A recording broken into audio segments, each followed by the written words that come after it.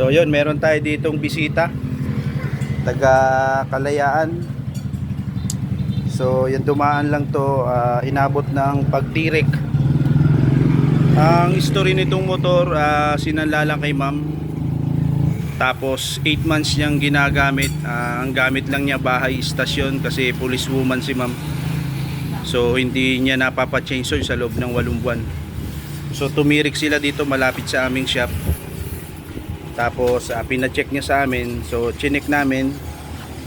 Tiningnan muna namin ng gasolina niya. Okay naman, may gas naman siya. May lumalabas din sa injector. Okay naman ang buga. Okay naman ang kuryente. So tiningnan namin ang compression niya, medyo walang siyang compression.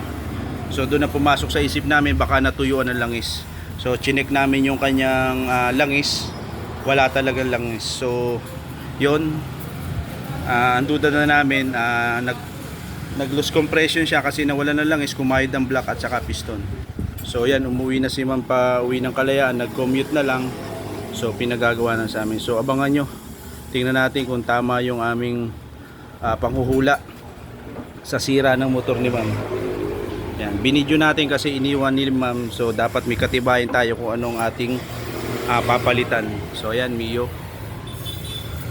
Meron naman tayong huhula ang Mio. Yan, ito po yung Mio yun.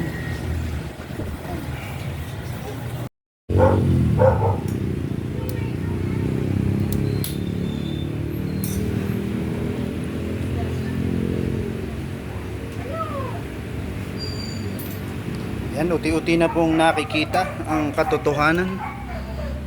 Yan. Ewan ko po kung tama yung aming hula. Sa bola kristal, nag-check engine ang bulsa na may-ari dahil hindi nag-change oil. Yan. Dahil hindi nag-change oil sa loob ng 8 buwan, nag-check engine ang bulsa ni ma'am. So yan, kita nyo naman ang throttle body. Uy, wow.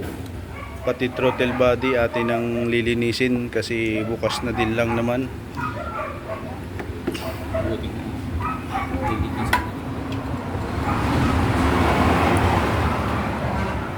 Talagang nakapa-full maintenance tuloy si ma'am ngayon.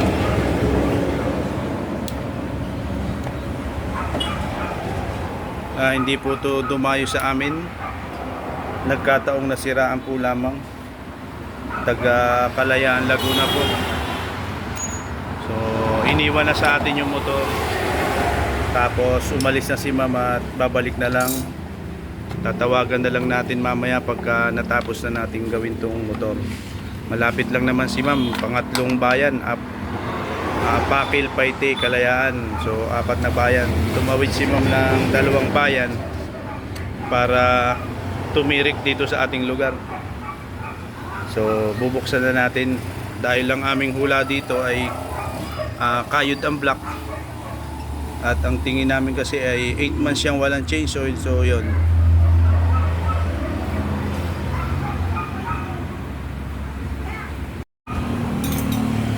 So yan, kitang-kita nyo naman yung head nya. So kaya yung nagkalangis kanina, nilagyan namin ng langis muna. Baka kasi aandar pa, so hindi na talaga kinaya.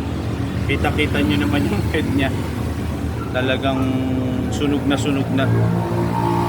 So isa pa, mabagal magpatakbo si ma'am. Kaya ganyan lang ang inabot. So sana naman hindi na lumaki pa ang sira. So check na natin lahat. Barbula, intake valve, exhaust valve, rocker arm, camshaft. So hindi na nga namin pinutol sa chassis kasi kaya namang dukutin siya nang hindi na putol ang chassis, no? Mas mabilis na trabaho, mas madami lang kinakalas. Yun, kung gusto nyo magpagawa sa aming motor shop, dito lang po kami sa highway ng Pangil, Barangay Balyan. Tapat po mismo tayo ng Talipapa, Palengke. So yan, kung gusto nyo pong magpagawa sa aming hula-hula, punta lang po kayo at atin pong huhulaan yung mga sira ng inyong motor.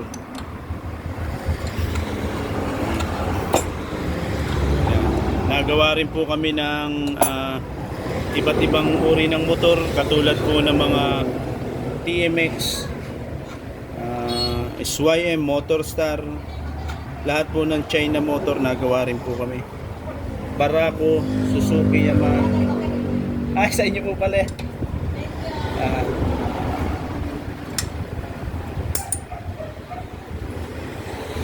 So ayun yung may-ari. Shout out kila ma'am, yan po yung may-ari nitong motor. Binalikan po yung helmet na iwan.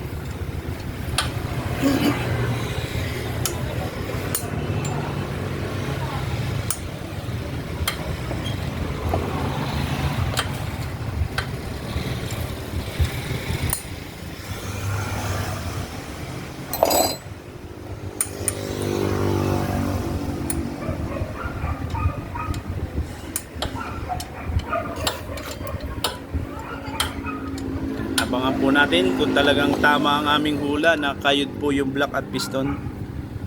So pag tumama po tayo sa ating hula, nakachamba na naman tayo. Kaya kung gusto nyo magpagawa at gusto nyo matsambahan namin ang motor nyo, pumunta lang po kayo dito sa Barangay Balyan, along highway, Pangi, Laguna. Mahilig po kami tsumamba. Hindi po kami magaling, palatsamba lang.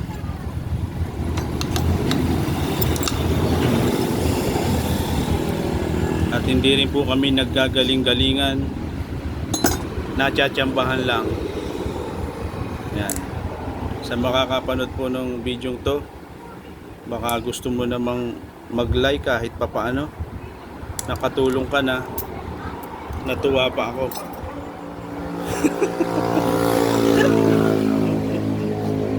Yan. Ngayon kung gusto mo naman bulihin tong aming video to, okay lang din. Kasi at least pinanood mo, napakinabangan ko din yung panonood mo. Yan. Shout out nga pala kay Christian Disalit ng Capiz. Yan, lagi nagpapabati sa bawat video. Gusto niya, naka-shout out siya. Capiz, oy! Si Christian Disalit ng Capiz. At saka si, nalimutan ko na yung pangalan, taga Nagcarlang, Laguna. Dumayo din sa atin dito, nagpahula din ng kanyang barako. Nahulaan naman natin, kaya nalimutan ko din yung pangalan niya. Si Limuel Elorza. Binabati ko rin si Limuel Elorza ng taga Mindanao, hari ng sablay, taga Mindanao. Siya po yung may-ari ng farm sa Mindanao, yung mga big head na isda, siya po nag-aalaga ng Limuel Elorza. Shout out. Yan, ito na po, the moment of truth. Ilalapit ko na mabuti, baka sumablay pa. Baka sabihin nyo inedit. Ito na, binunot na. Hindi na mabunot.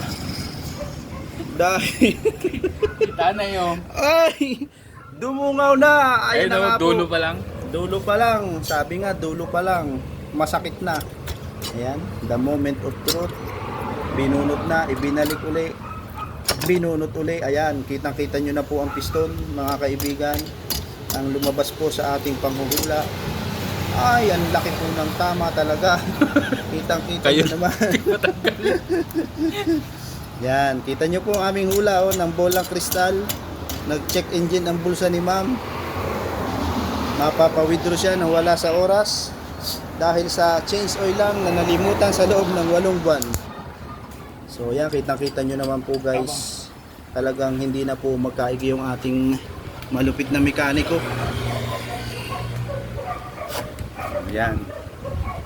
Shout out po pala sa mga followers ko, sa mga nanonood ng aking YouTube. Yan. Maraming salamat po at kayo ay nagtitiwala at nanonood. Sa akin po mga basher, nakapwa ko naman mekaniko. Shout out po sa inyo, bashers pa more para mas madaming views, mas malaki kita. So kita nyo naman, kapit na kapit po ang piston at block. Pero kanina po, pag pinupush button, naridundo. Ito, nagpakita na ng tunay na kulay ang piston, kumapit na po ng todo. So yan.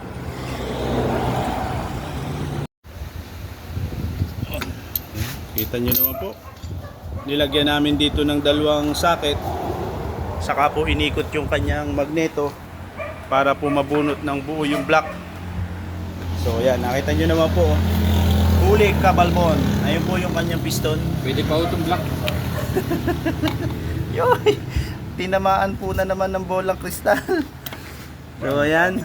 Uy! Kita nyo naman po ang block. Nagkalso-kalso na po. Yan. Talagang ubos. Ay ubos ang bulsa ni ma'am. Madadali po ang kinsinas katapusan. Yan. Kita nyo naman po. Natsambahan na naman natin ang ating hula. Talagang ubos po yung kanyang block. So yan.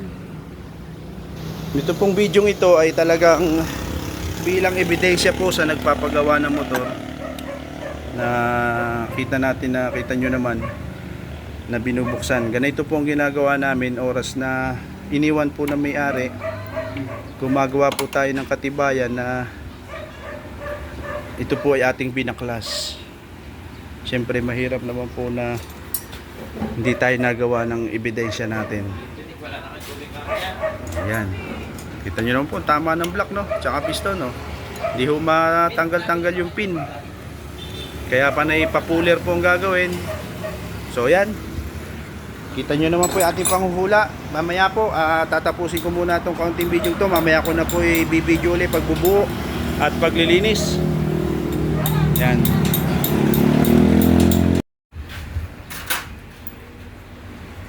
So ito na po yung bago nating block saka bagong piston. So replacement lang po yung ating kinabit kasi yung budget ni ma'am medyo pang budget me lang. So natagal din naman po itong replacement. Basta iingatan nyo lang po sa change oil, no? Replacement lang po ating kinabit yan na block, hindi po siya original. So ito po yung pinagpaltan, no? Tapos papaltan na rin po ng valve seal. Tapos hindi naman nagkatama ang camshaft. Walang bulutong. So nakalibre si ma'am sa camshaft, saka sa rocker arm wala rin. Rocker arm wala rin. So yan, bubuuin na natin, papalitan na natin block, piston ring, valve seal, gasket at saka langis, spark plug. So yun, saka lilinisin na lang yung throttle body ni ma'am. Medyo madumi na. So yun lang. At mamaya aandar na yan. So yan, kung gusto nyo magpahula dito sa aming shop, dalhin nyo lang po sa aming motor shop dito sa highway ng Balyan, Pangil, Laguna. Yan, kung gusto nyo pong mahulaan, kung nag-check engine na po ang inyong bulsa, dalhin nyo lang po rito para makapagpinto tayo sa inyong mga ATM. So yan. Okay. So yung Aerox pong yun, isang buwang napatambak, pinagawa ng may-ari sa ibang shop. So hindi ho napaandar. Ngayon ibinenta na ng may-ari ng 30k, na yamot na kasi ilang mekaniko na humipo. Ngayon naman napaandar na natin. So binenta na ng may-ari 30k. So kaunting hilot na lang. Pero naandar na siya ngayon. So ayan, kung gusto niyo pong magpahula at magpawarak ng wallet ninyo, dalhin niyo lang po sa aming motor shop. Madami naman po mga tutorial kung paano magbuo at mag-timing ng Mio. So ayan, mamaya na lang po ulit. So ayan, uti-uti na nabubuo yung nag-check engine ng bulsa. Malapit na uling matapos. So ayan, kinokobera na.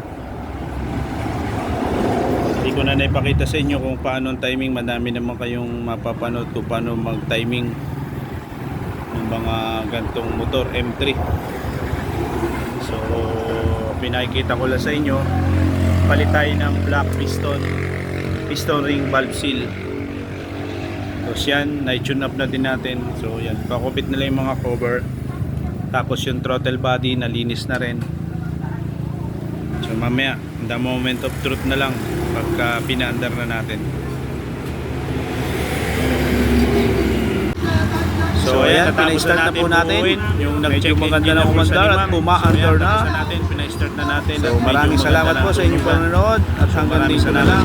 At ang aming munting video, maraming salamat.